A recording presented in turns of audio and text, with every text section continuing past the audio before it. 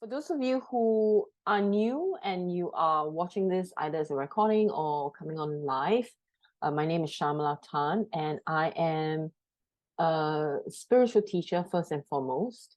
And I've been doing psychotherapy work for a while now. The main focus of what I do is the integration of spiritual psychology with spirituality.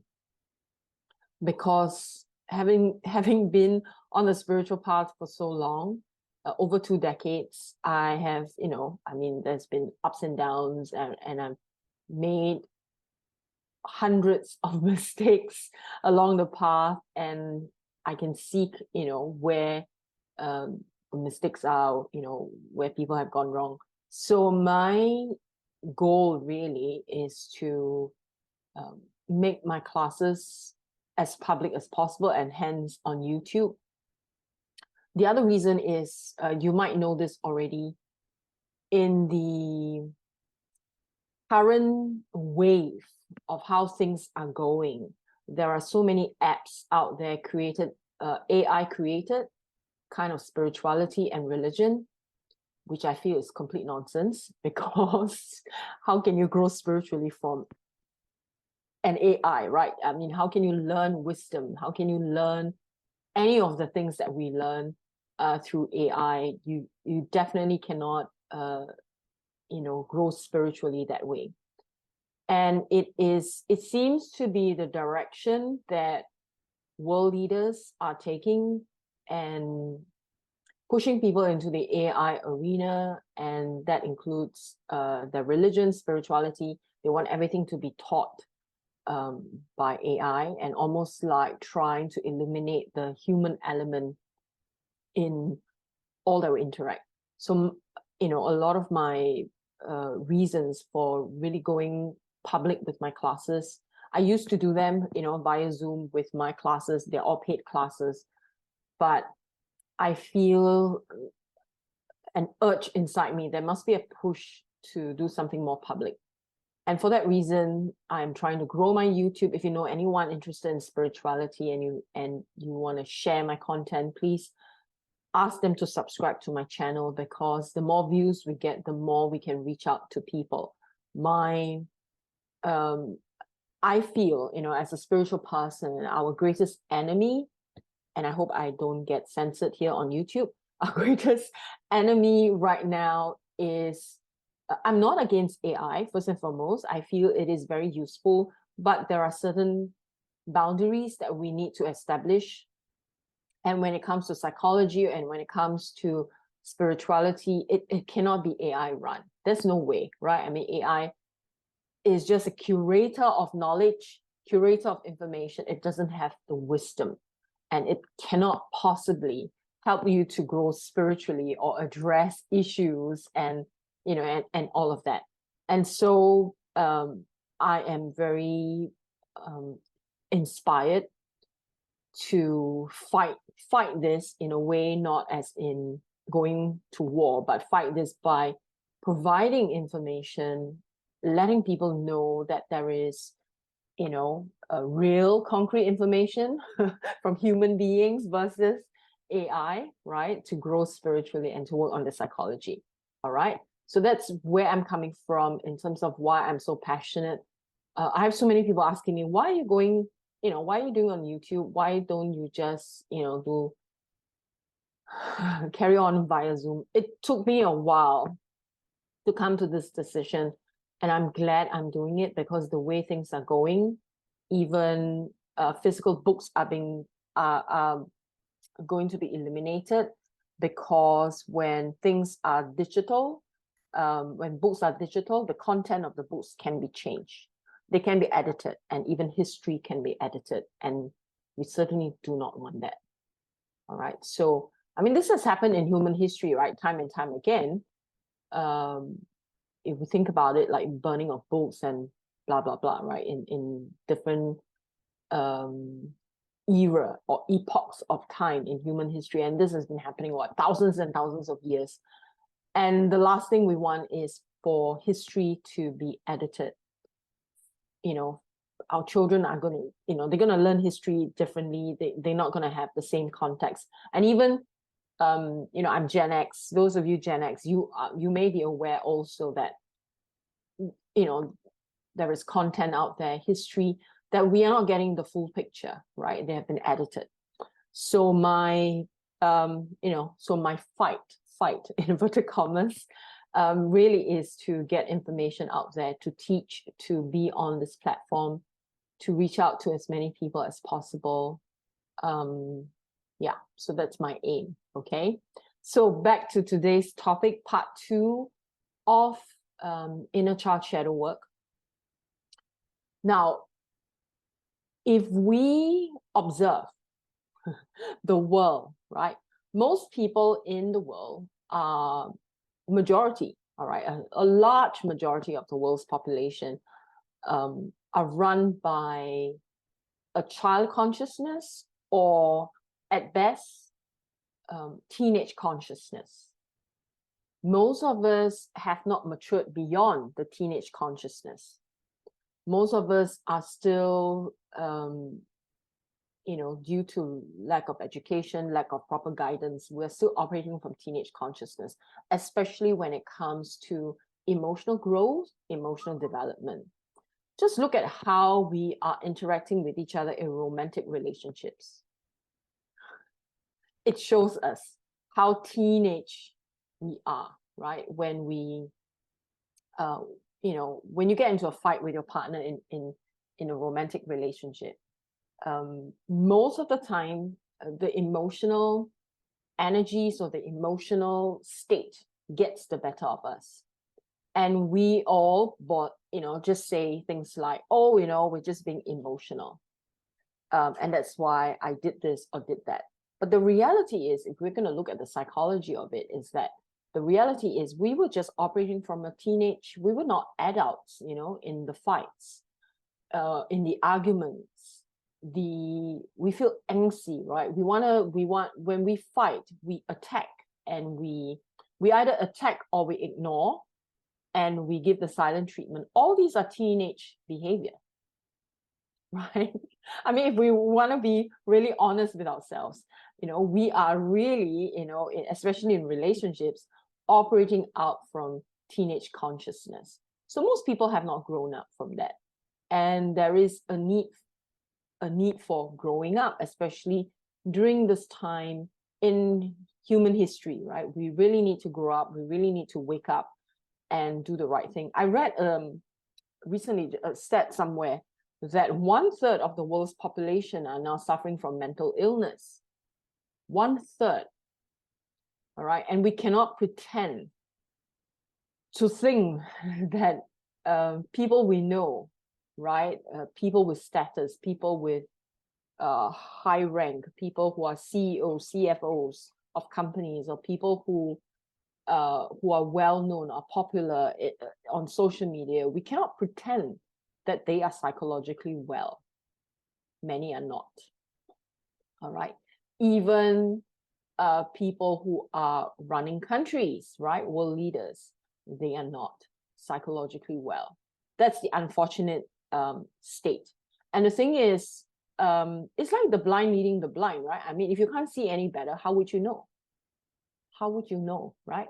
If you can't see any better, then you're going to think that a person with status, a person with money, a person with many degrees would be the person with most knowledge, or should have more power in decision-making process. That's, how most people think. Very rarely do we see people judge, in inverted commas, judge a person by their psychological health. And I feel that it's time for change. We really need to change this. We really need to see people as they truly are. And it begins with self, right? It begins with ourself. How well are we on a psychological level? How well are we in our decision-making process? Are we still operating as children? And, we're like, if you just observe people, right, running around, pretending to be adults in adult body, but running with child consciousness or teenage consciousness, making life-changing decisions from a child consciousness. That's how the world has been run. And I feel it's gotten to a point of, being so ridiculous. It's so ridiculous that it's so funny, that all I can do is laugh about it, right? So, so why, part of the reason why, I want to help people to grow up, right? To develop their consciousness and to do inner parenting and how important. I also did a search, right? Any hashtags that I use on any social media, when I type in inner parenting or inner parent, the number of times that this hashtag or this phrase has been used is almost like only by thousands, which is not even a 5-figure, which is really interesting. It just shows that no one knows what to look for, even in the search engines, right? No one knows what to look for. So I want to normalize the term inner parenting. I mean, it's been used, of course, in psychological circles, but not enough. People talk about the inner child, not enough people talk about inner parenting. So we need to learn how to inner parent, right?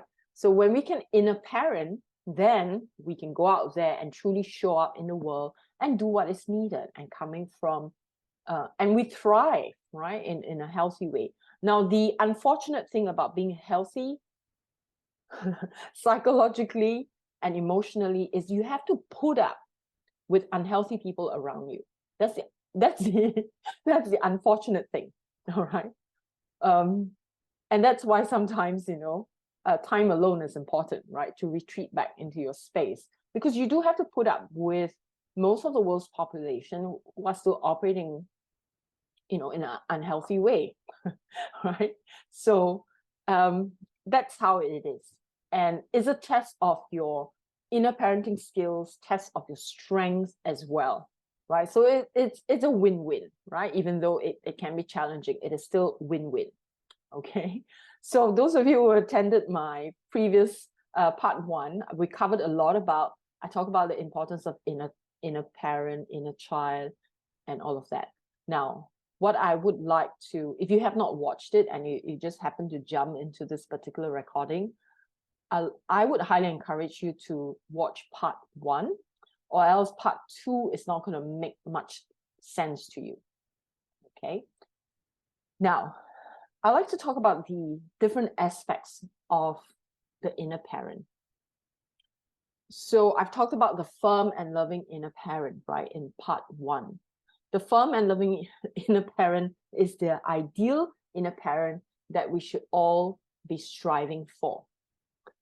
And granted, it's difficult to find living examples of firm and loving inner parents, because we grew up in our own environment where our parents are not entirely balanced or healthy, and so we don't have very good examples, right, of firm and loving inner parent. And of course, if we read books, we watch people on YouTube, we watch movies, oftentimes we can pick up some of the archetypal features of a firm and loving inner parent.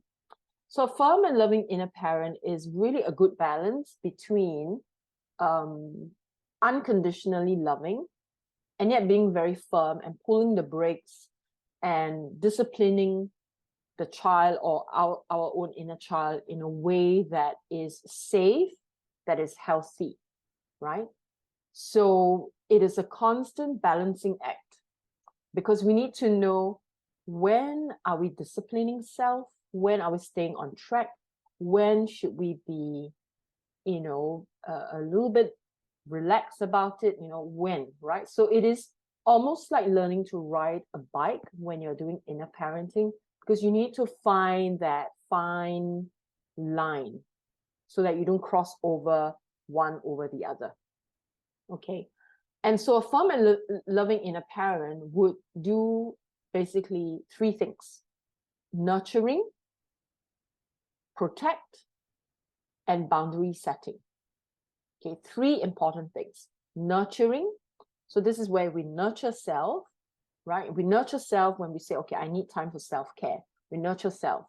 And then we educate ourselves. We read books, we do meditation, we have, we do the right things. We feed ourselves well on all levels, right? Whether it's spiritual feeding, emotional feeding, mental feeding, physical feeding. We feed ourselves with clean food, clean stuff, clean water, right? It has to be clean. That's the role of the inner parent. And then we protect ourselves. So when we find ourselves in an environment that is less than healthy, then we need to really either make a decision to stay or to go, or circumstances doesn't allow you to leave, then we need to be protective towards self, right? And be on guard. On guard doesn't mean hostile. On guard, which means polite, right? But knowing when to give in. Now, we see on social media a lot where we have a lot of entitled, narcissistic people running around these days. They are completely, run by the inner child, right? And they're not, they are completely run by inner child, and they may switch also completely run by the critical inner parent, right? So they switch between these two personalities within them. And when we are caught in a situation where we meet someone like this, what do we do? How do we protect ourselves? We can either walk away, not engage, right? But if you feel that it is something that you need to put your foot down, then you need to protect yourself by not allowing the words or the vibration of this person to hurt you. Just let it, put on your protective grid. Imagine a golden bubble of protection around you. Let the words just slide down. Okay, slide off the bubble, and do not internalize those words. And then, of course, boundary setting, right? Have very clear boundaries with this person, or whoever it may be, whether it is the unreasonable people that we meet who are entitled, who are narcissistic, or it could be your partner, it could be your loved one, it could be even your own children. All right, setting clear boundaries is very important. So these three things: nurturing, protect, right, and setting clear boundaries. So that's the role of the firm and loving inner parent. So on a daily basis, we do need to do this, right? So from the time we wake up, to the time we go to bed, the firm and loving inner parent has to be working, right? And most of the time in the background, and would be awakened when there's a need to. So let's say you are taking the public transport, you're going into work, and then you encounter unreasonable people. The firm and loving inner parent has to step in, right? And if you happen to wake up from the wrong side of bed, firm and loving inner parent disappeared. And what's going to happen is you meet unreasonable people, then you're going to get into a fight with them, right? And that's where your inner child is like throwing a temper tantrum as well. And so that's why the firm and loving inner parent has to be present at all times. And even in the workspace, in the work environment, right? Always think of these three things that the firm and loving inner parent has to perform, okay? Now, we have firm and loving inner parent, then we have the critical inner parent. Now, if you think back in your own childhood, most people usually, this is the pattern. You grow up in a household where one parent is more critical than the other. You will have one parent who is more dominant, the other parent who is more submissive. That's usually the pattern, right? And the more dominant one is usually the more critical one. Usually. Not necessarily all the time, okay, usually. Because the dominance may not necessarily be coming from a negative dominance. It could be a positive dominance. A positive dominance is someone who is, for example, you grew up with a father who is firm and loving, do the right thing. So automatically this figure, this father figure will look like he is dominant versus a submissive mother. All right. But a submissive mother also has the dark side, the shadow side, which can manifest as the devouring mother. Okay. So I'll talk more about that later on. But let's talk about the critical parent. So the voice that you hear inside you that is critical of you is a voice that you adopted from your own real critical parent. Now, if you happen to grow up in an environment where both your parents are not around, maybe relatives or your grandparents looked after you, there will be one who is more critical than the other, than the rest. Or if you grew up in like in the care of the state, where maybe an orphanage or something like that, then there will always be one critical voice that you kind of adopted. So when you adopt these voices, it becomes a part of your split personality, because these voices are programmed inside you.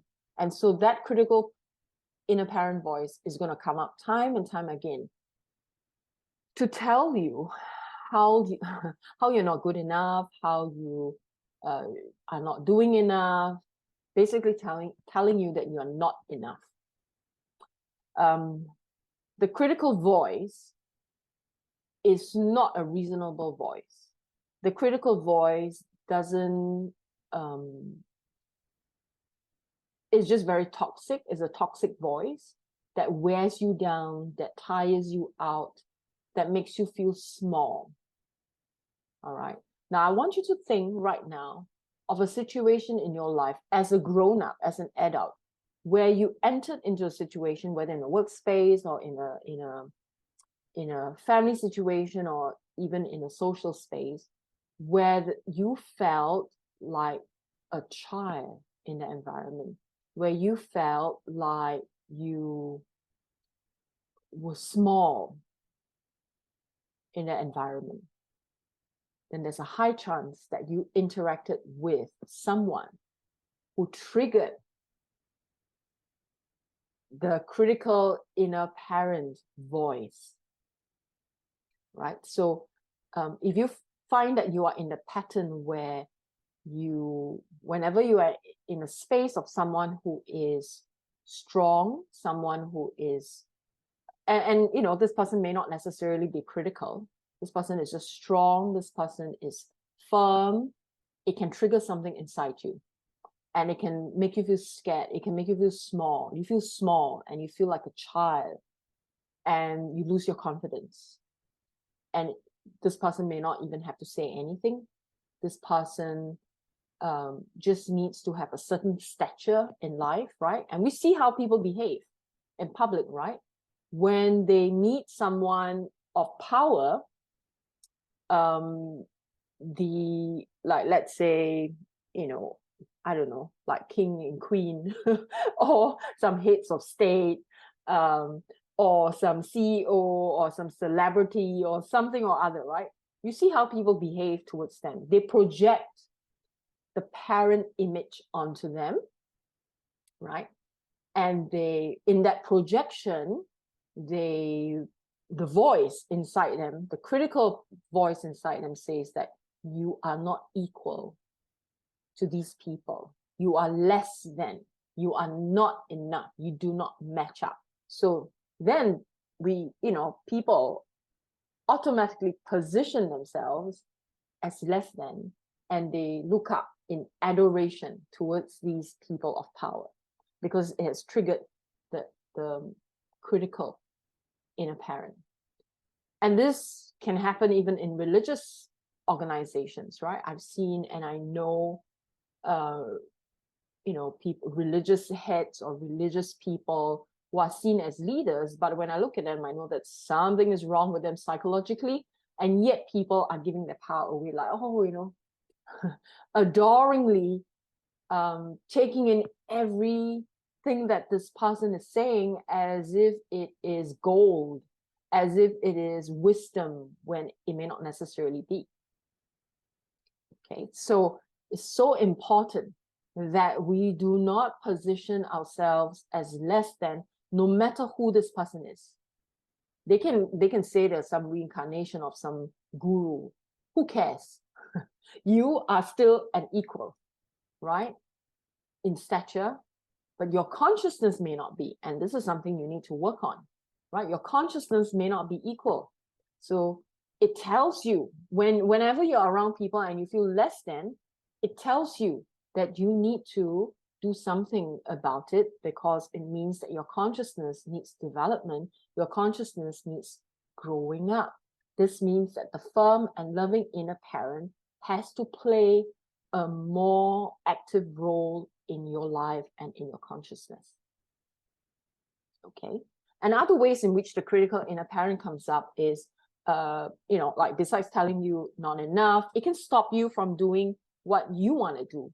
It can stop you from doing what you think is right. And it will, you know, stop you because it will introduce all kinds of like what ifs, you know, you shouldn't do this, you shouldn't do that.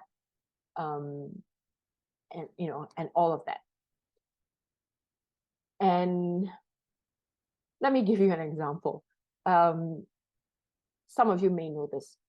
During the pandemic and all of that, the lockdown pandemic, I did not receive a single vaccination. I did not believe in it, so I did not do it. I am the only person in my entire family and in my almost immediate, well, in my social circle, maybe there are one or two who are also not, but most people are, right? And the the number of criticisms that I get from people, right, is really quite mind-blowing. You know, the things that people say, the things that they, and you know, I have to keep myself in a safe space, right? This is where my nurturing, protective inner parent came in, you know, setting that boundary and like, okay, I draw the line there, right? I do not have to interact with this particular person or engage with this person, because obviously this person did not do their homework, did not do any research, did not go and find out more. And when I ask questions, they get agitated. Like if I ask, do you know what is in your body? They get really triggered and agitated, right? And so I thought, okay, I'll leave it as that. Don't pick a fight with me and I won't pick a fight with you. That's how I drew my boundary. So that, you know, like those 3 years over the pandemic was pretty challenging in that sense, right? And then, so the role of my firm and loving inner parent came in, really have to step up, really stepped up, because if not, I would have give in, right, to the criticism, to all the voices, right? And 99% of voices is just criticism. And that one tiny voice, right? I have to listen. I have to make it grow. I have to make it light up and be my main guiding light. And that's my firm and loving inner parent, the nurturing voice, the protective voice, and the boundary setting voice. One of the toughest thing I had to do, because if your surrounding is such that majority of the people are, you know, the way they are, then it's tough. But it helped me, right? So, you know, it's a win-win, as I've said earlier on. At the end of the day, you benefit from it. Okay, so so that's one example. So in your life, think about times when you make a decision about something, but the critical voices just come in trying to stop you. Now, if you give in and if you regretted that, then it's important for you to really sit down and have a communication with your inner child and, you know, heal the wounds, because the inner child would have felt really abandoned and wounded in that process. Okay, so this is something really, really important to work through, because the wounds do not go away over time. You know, people often say, when we get hurt, when someone passes on, time heals. No, that's a complete lie. Time doesn't heal. Working on yourself heals, right? Time just makes the memory much more distant, but the wound is still there. It doesn't heal. Time doesn't heal.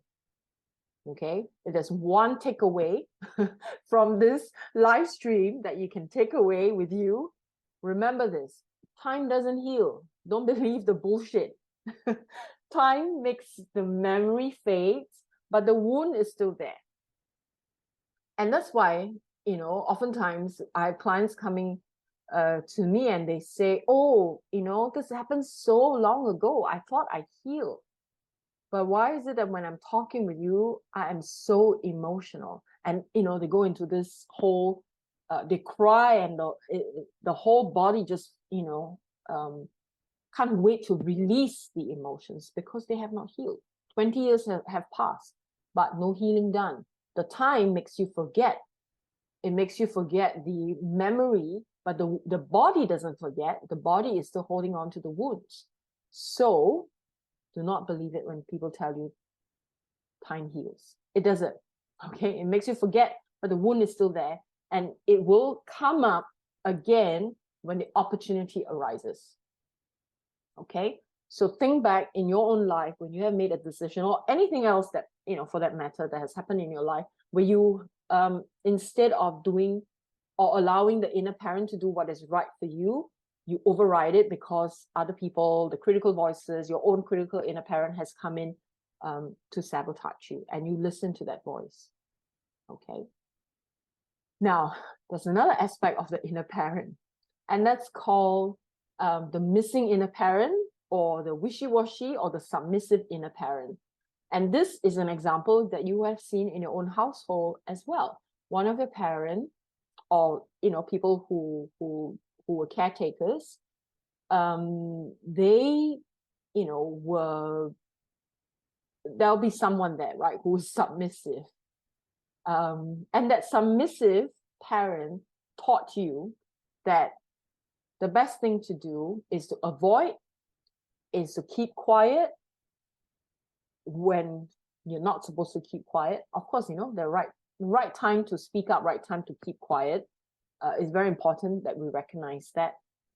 But to keep quiet at the most important time, at the time when you must speak most, that's a submissive inner parent. And the submissive inner parent will also avoid issues, not deal with them, afraid of them, right? And the submissive parent is not going to be, is the one that doesn't allow you to shine and makes you feel less than. So in a way, the critical inner parent and the submissive inner parent, they are like a team, right? Like a tag team. If this one comes up, this one will stay down. This one comes up, this one stays down. So they are a tag team. But the voice eventually that you need to listen to will be the firm and loving inner parent. Okay, so the submissive inner parent goes missing, and in the dynamics, right, of all the split personalities that we have within our own consciousness pertaining to inner parent, inner child, you will see that they are always dancing, right? So we have this tag team of the critical inner parent and the submissive inner parent. Now, when the submissive inner parent comes up, the chances of the bratty inner child, right, the inner child, the obnoxious inner child, the bratty one, the spoiled one, right, will surface also, because submissive inner parent is there. So the spoiled inner child.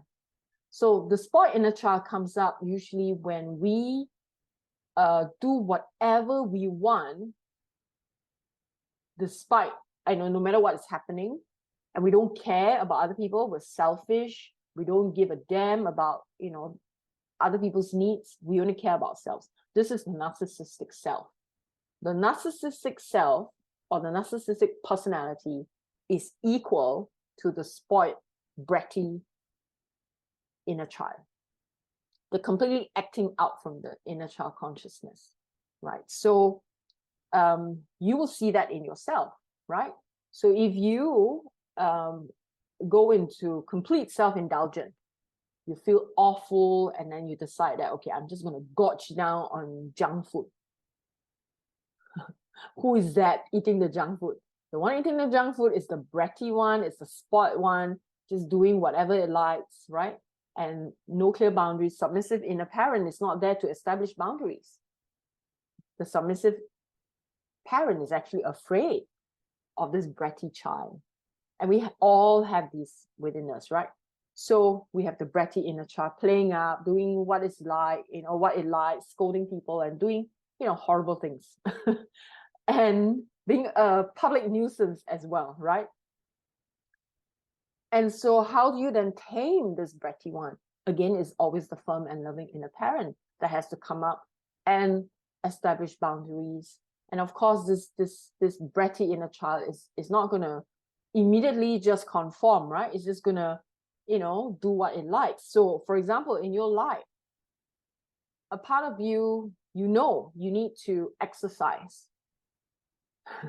And then the part of you said, no, I'm going to stay in bed. Now, who is that says it wants to stay in bed? That's the spoiled inner child, because you have given in, right? The submissive inner parent has given in. And the firm, and you are not listening to the conscious person that you are, the pilot that you are, is not listening to the firm and loving inner parent. The pilot in you decide to listen to the spoiled inner child and do whatever you want, right? And you have thrown nurturing self out of the window. And so the bratty inner child is responsible for many things and many decisions in our lives, from the things we eat, from the things we watch, from how we spend our money, from things we say to other people, in the choices that we make in life partners, in so many things, And when if you think about a decision that you have made in regret, maybe you spend too much money, too much time in a certain decision, you know fully well that's the inner child, right? You have listened to the bratty inner child, the spoiled inner child, to do whatever it likes, and then it's just on a wild rampage. Okay, and then we also have the wounded inner child. The wounded inner child is the one that is so, if you want to give it like an archetypal icon, right? It's like the mouse, right? The mousy part of you. You may have noticed this when you're in certain environments. You either, you come up like as an extrovert, very, very confident, right? You feel almost naughty in that situation. That's the bratty inner child. In certain social situations, the mouse surfaces, right? If you explore, why is it that, sometimes this part of my personality comes up when I'm in that environment, another part of my personality comes up. You need to check the environment and the people and what it triggers in you and how you show up, right? Because your environment and the people in the setting will trigger different personalities within you to surface. And if you are a grown-up, you go back to your family home, a lot of the times the child surfaces. You behave and you speak like the child because you are back in your family home, and if you have not learned to parent yourself, you automatically become the child in the environment. And I hear of people, in their 40s, in their 50s, still fighting with their parents because the parents also haven't grown up, right? So what happens is you have, even though they are parent and child, right? They are, already considered senior citizens in the 50s, and parents maybe in the 70s and in the 80s, they're still fighting like teenagers. So both are still in teenage consciousness, right? And that kind of setting. So because, no one has grown up. And so check yourself, right? What is my environment, and in this environment and in the people that I'm interacting with, what is being triggered and who am I in the situation, right? So let's talk about the mousy one. The mousy one is the wounded one. And the wounded one oftentimes would show up in social setting. It just tends to be very quiet. It's timid, right? Looks like he or she may not look like he has courage. But in intimate relationship, the mousy one can surface as being so wounded and being hurt by every single thing that is being said to him or her. And sometimes it could just be a statement or a joke, and yet the mousy one is so sensitive, right? It's a heightened. Sensitivity has heightened. So the bratty inner child, the mousy inner child, both come up a lot in your intimate relationships. And you need to catch yourself. Whenever your partner says something or does something, and these two, either one come up, you need to ask yourself, ooh, what has been triggered, right? And it has nothing, most of the time, it has nothing to do with your partner. It has everything to do with your past. The past wounds, not healed, not addressed, not looked at. And if you have a fight with your partner, right? And if you were to record the conversation and then you listen to the conversation again, it will sound as if exactly like two kids fighting or one parent fighting with one child. That's the dynamics. That's the psychological dynamics in relationships. All right. The mousy one is the wounded one. Okay. I want to address this question. Can healing also happen like layers of onions? Yes, it can. Healing can happen in layers upon layers. And in fact, I would say it happens like this all the time. Because this, if we're talking about inner child and shadow work, it's something that we have to do for the rest of our lives. It's constant. There are layers. And some of these wounds are so deep that sometimes we may not even remember. And sometimes they are not wounds, right, from childhood. They could also be a wound from adulthood, but it has wounded the child within you. You see the dynamics, right? So not inner child wounds come from the part of you when you were young. Sometimes the inner child wounds can suffer. We can wound our inner child as grown-ups when we are in situations and we did not listen. The pilot did not choose to listen to the firm and loving inner parent, and then it did not protect self, and inner child got wounded. It can happen, and it happens more often than we realize, especially in intimate relationships. Okay. So healing happens in layers, definitely. We do need to peel off, the layers of the onion. Okay. Now, so it looks like we have so many personalities, right? We have the pilot, which is the conscious self. We have the firm and loving inner parent. And then we have all these other side players. The side players, we have, the bratty inner child, we have the mousy inner child, we have the critical inner parent, and then we have the submissive inner parent. And don't forget, we also have one more inner child, the balanced inner child, right? So the balanced inner child can only happen and be in existence when you listen to your firm and loving inner parent, right? And there are days in your life where you feel, oh, I feel really balanced today. Why? You feel really balanced You can see the joy. Like the example I gave you last week was, looking at a rainbow and feeling like, wow, it's so beautiful, and feeling the joy and feeling your heart burst. That's the inner child, right? That's the archetypal energy of the balanced inner child. And so we have all these split personalities within us. And we constantly have to, the pilot of your consciousness, right, which is you, will have to choose. Who are you listening to? Where are you operating from? And when you catch yourself operating from one of these unhealthy parts of yourself, firstly, you need to manage yourself at that point in time, at that moment, right? Let's say in a workplace, or when you're with your partner, or with your friends, you need to really manage yourself.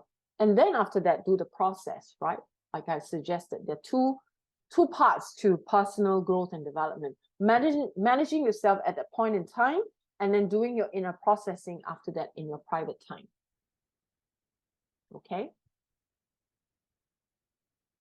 So if we want to call, I want to give names to the balanced inner child, and that would be the authentic inner child. That's the real inner child. That's the seed energy that we are all made of. The authentic inner child. The authentic inner child is the seed energy that we're all made of within our souls. Right? When we call ourselves a child of God, what are we saying? We're calling the authentic self. We're not addressing the bratty one. We're not addressing the mousy one. We are actually addressing the authentic one. Okay.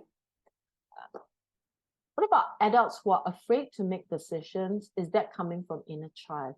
Yeah. If you're afraid to make decisions, then it means that the pilot of consciousness is listening to the submissive inner parent. It could also be listening to the critical inner parent, because the critical inner parent may be saying, you're always making wrong choices. You're always making wrong decisions. Then you go like, oh, I'm really afraid. Right? So then the mousy inner child will say, okay, let's stay in a corner and hide. Let's not show up in the world. It's safer hiding in a corner. So bear in mind that all of these personalities, right, the inner child, the inner parent, they all, they're constantly there, right? And these split personalities, they switch about, right? And they play out in our consciousness, they switch about constantly. It's constantly moving. It's not just one over the other. So let's say, taking your question in this context, right? When you ask me, is this coming from the inner child? I wouldn't say that it's completely coming from inner child. I would say it is a combination, right? Like in my explanation, I said that it could be the submissive inner parent decide, I'm not making a decision. It could also be the critical one that says you are making wrong decisions all the time. It could also be the inner child that decides, okay, this is just too scary. I'm just going to hide, right? So these three roles, right, in the context of your question it's like it's morphing from one to the other, and you're listening to all these, oh my God, I am confused. I don't know what decision to make. So then I would say, clear your mind, right? Sit in meditation, be very clear, and invite the firm and loving inner parent to come in, to be the decision maker, to help you to make a decision. Okay? So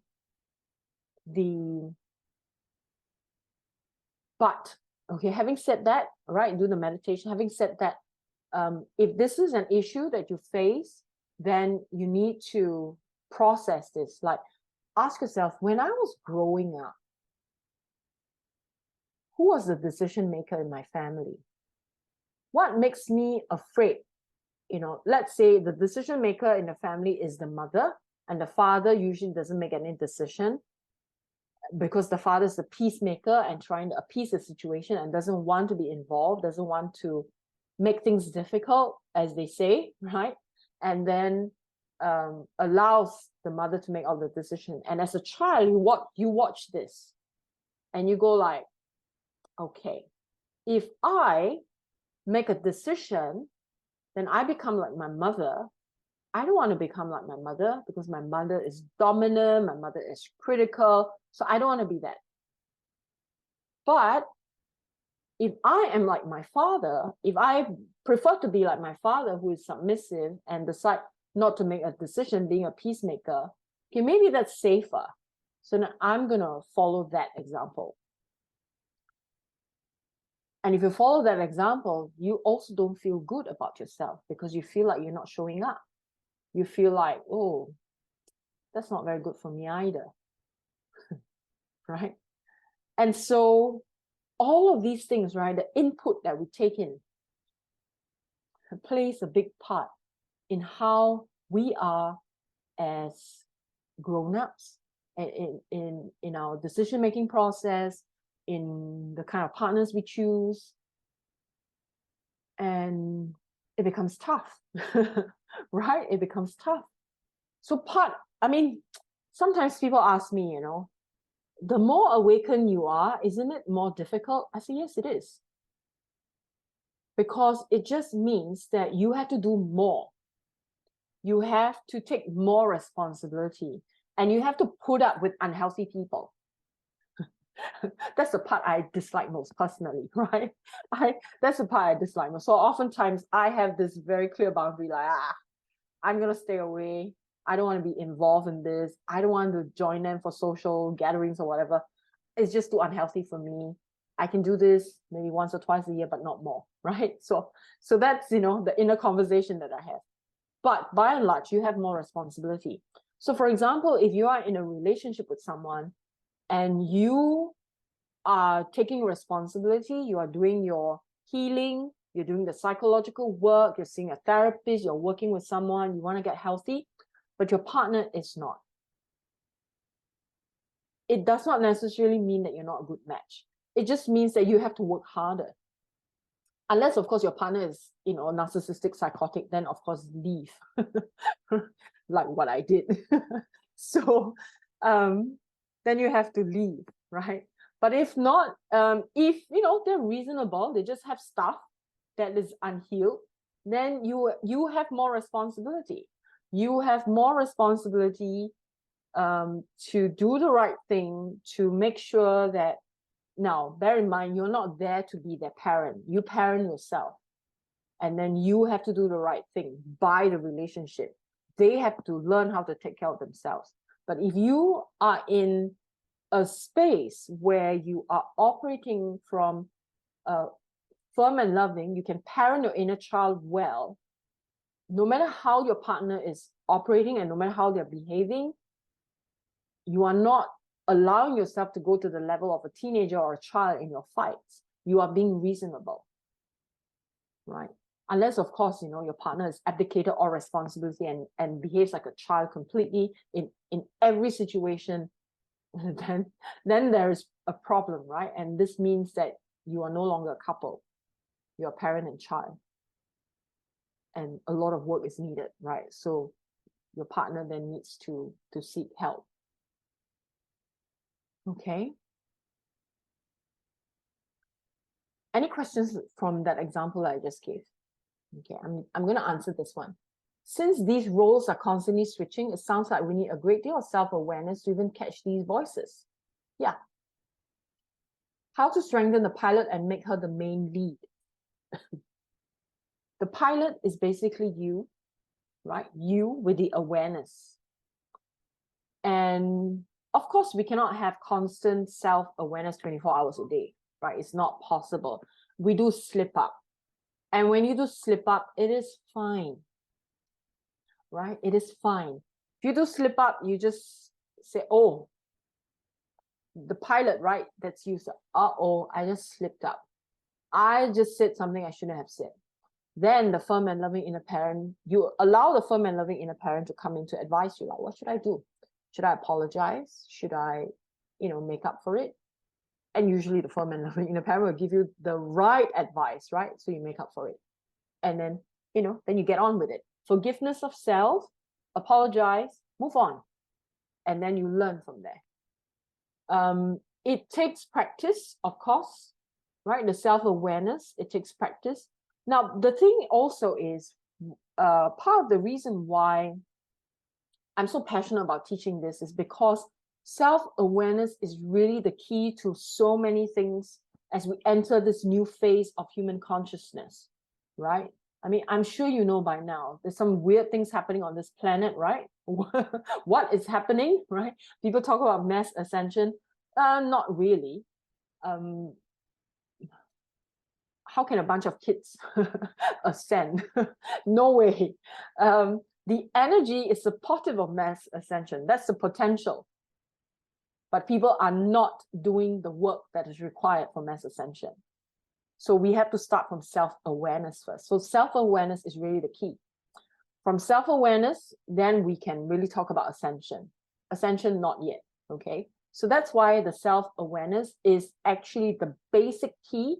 When you have self-awareness, then you can make better choices. Then you know, right? All these different personalities, then you know what's going on in your inner consciousness. You're not just on autopilot. You're not just following whatever everybody is telling you. You don't just, you read the news with discernment. You're not just taking in information, the news, and thinking it is Bible truth. You do your research. You find out more, right? You do not take anything for granted when you have self-awareness. You are more awakened when you have self-awareness. And when you are self-aware, there is no turning back.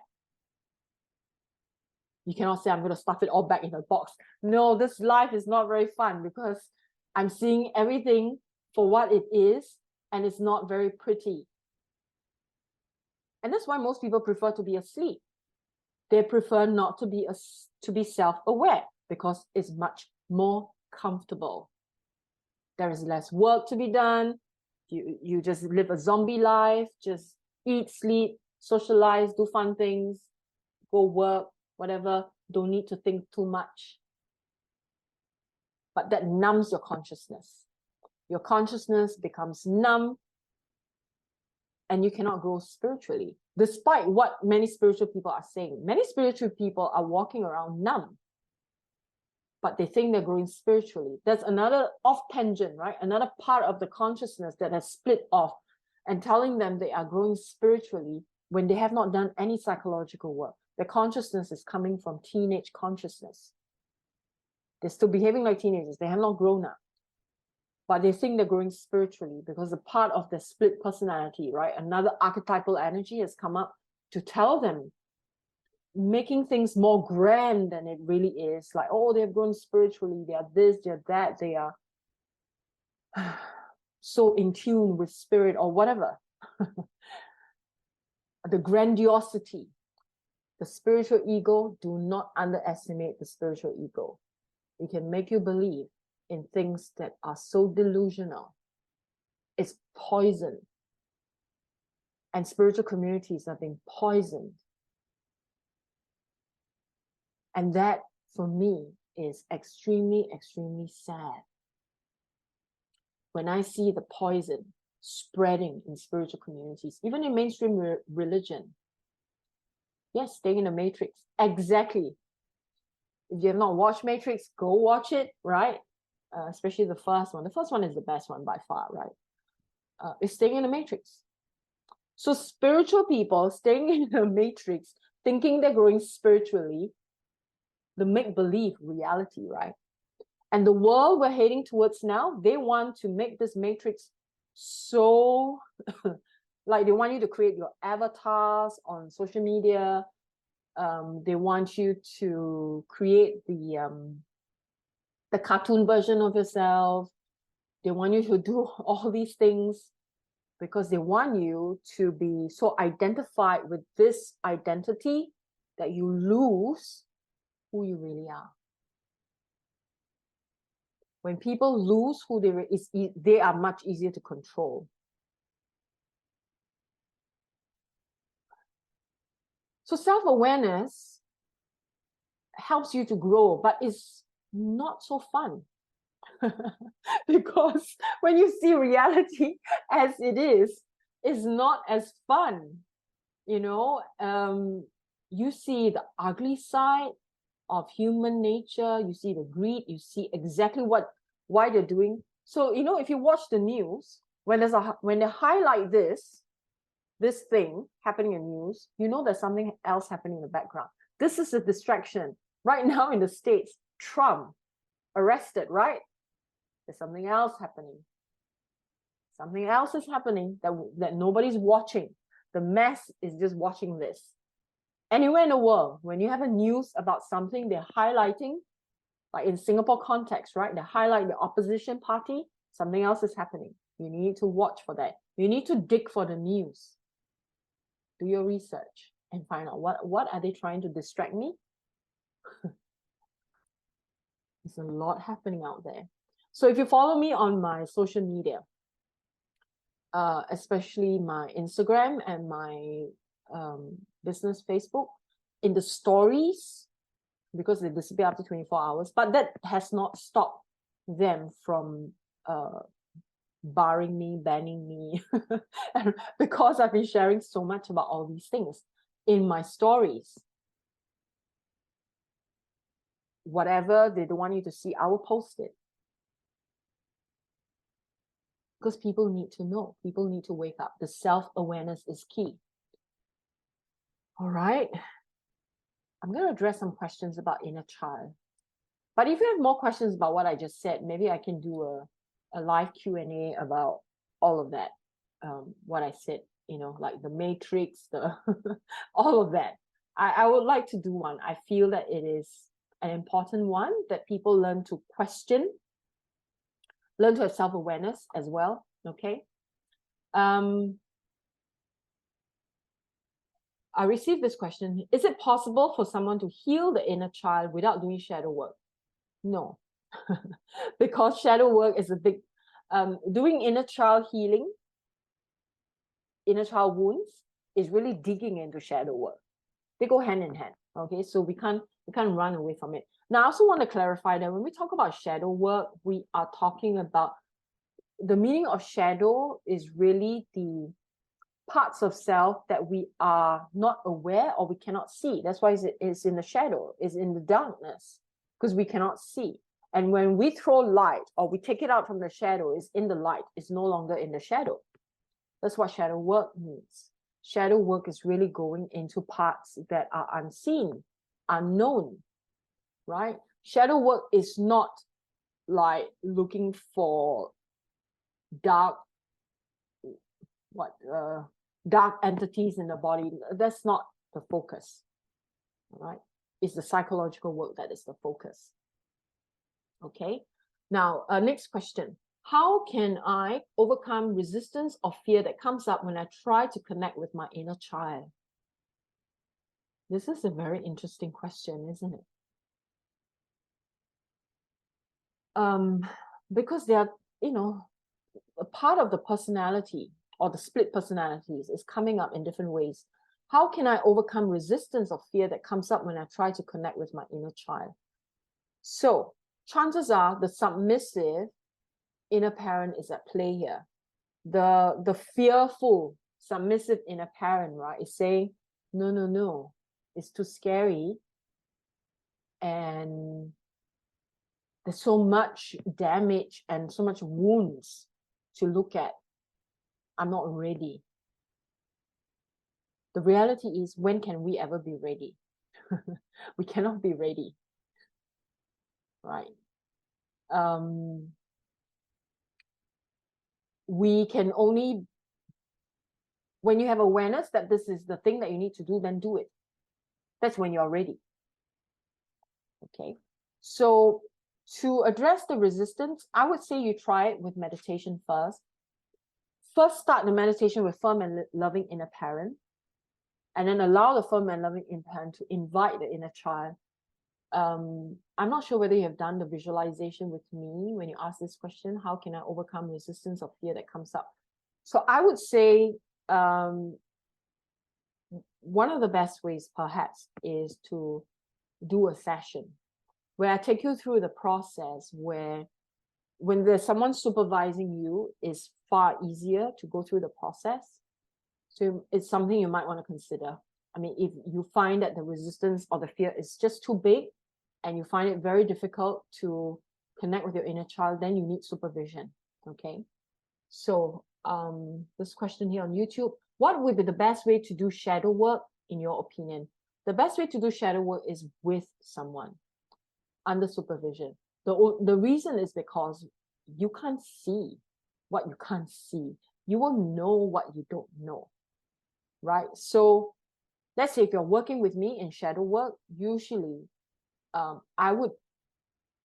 it depends on resistance level that you have as well. So I usually work at the level I feel it's not going to push the client too far. So let's say I ask you a question because I'm trying to help you to fish the information out from the shadow, but you resist and you give an excuse as to why it's not this, it's something else. And if I press on, right, and you feel triggered or irritated, or it does something to you, then it's really, there's something there, right? But sometimes I'll let it go because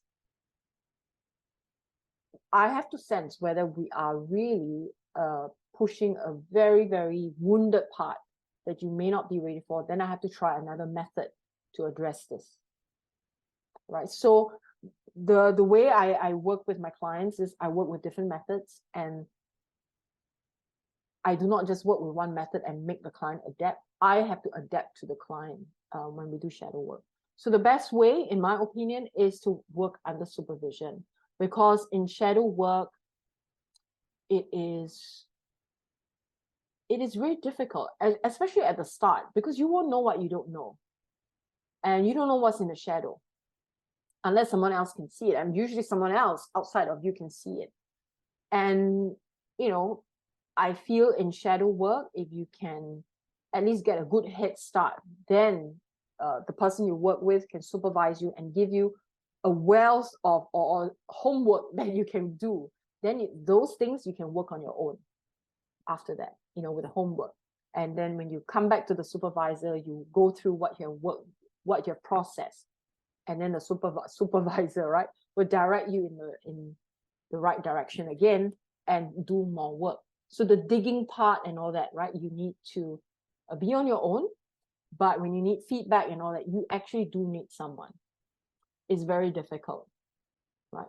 Personally, I'm in process constantly, right? I do work with someone. I work with Jung analysts, someone who's very well trained in Jung psychology. And I feel it's so important, right, for my mental health. I'm doing this work, so obviously I have to be healthy mentally. So whenever I'm in process, it becomes much more consistent in my sessions. But when I'm not in process, then the break, I may take like 2 months break, but I'll come back to it. So I've been doing this, I don't know, years. I'm constantly in, it doesn't end. The work doesn't end, right? Because we have to constantly keep digging. And sometimes, even in shadow work, we also do dream work, right?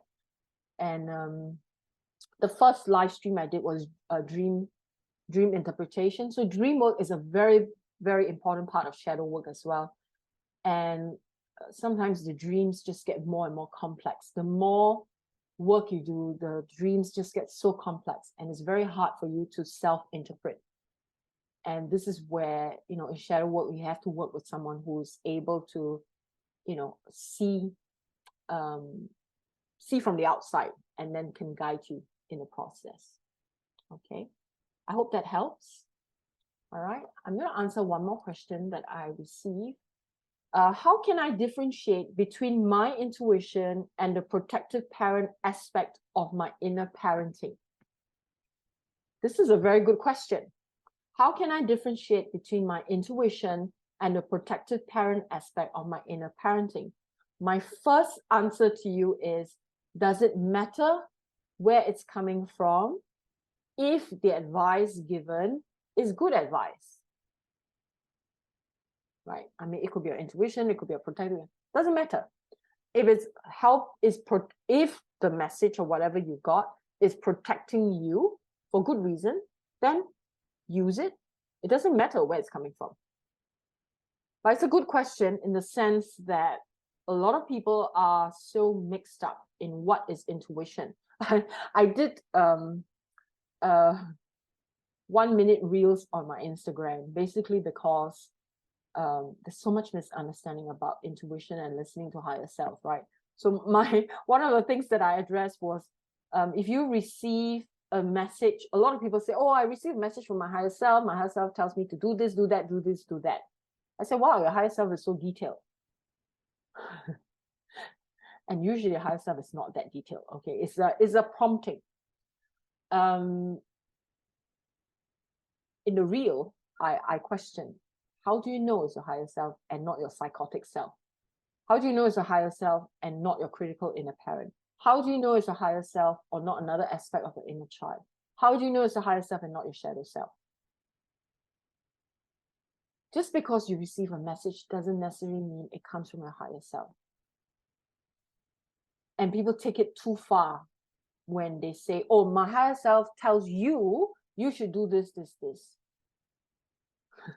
I would reply and say, you know, it's none of your higher self fucking business, right? What I do is my business. Your higher self has nothing to do with my life, right? So people go too far, you know, when they do that. And then, you know, just because they say it's the higher self, we all have to put everything down and listen. No, right? I mean, especially if the person is not well,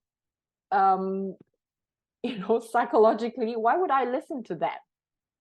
I will not take advice for that.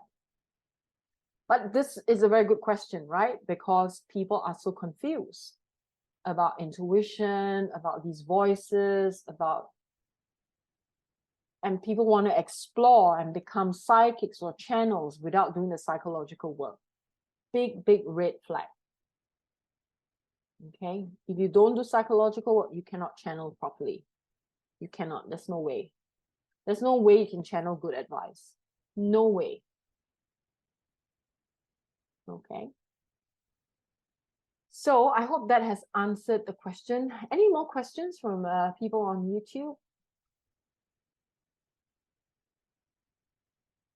No?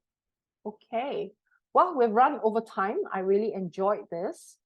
I will definitely do more live streams. I will let you know when the next one is. We will, again, you know, probably come in, maybe not immediately, but I will definitely want to talk about the inner child again, because, you know, there's a whole wealth of information and knowledge that people can learn. And so, but I'll give this a break for now, so you digest whatever we have shared in part 1, part 2, work through the information, work through, you know, do your process, and then I'll come back to inner child work again. And the next live stream, if you have something in particular that you'd like me to cover, drop me an email, let me know. I will let you know what the next topic is. I have not made a decision. I have a whole list of topics I want to cover, but I also want to see what works best at what particular time, right, to cover a topic. So I'll let you all know. So have a wonderful time, everyone, and I will see you again in my next live stream, or catch me on my social media, especially my new Instagram channel. It's called Spiritual Spark Coach. And you can, yeah, my stories. I have lots of stuff that I usually share about what's going on in the world as well. Okay, so I'll see you then. Bye.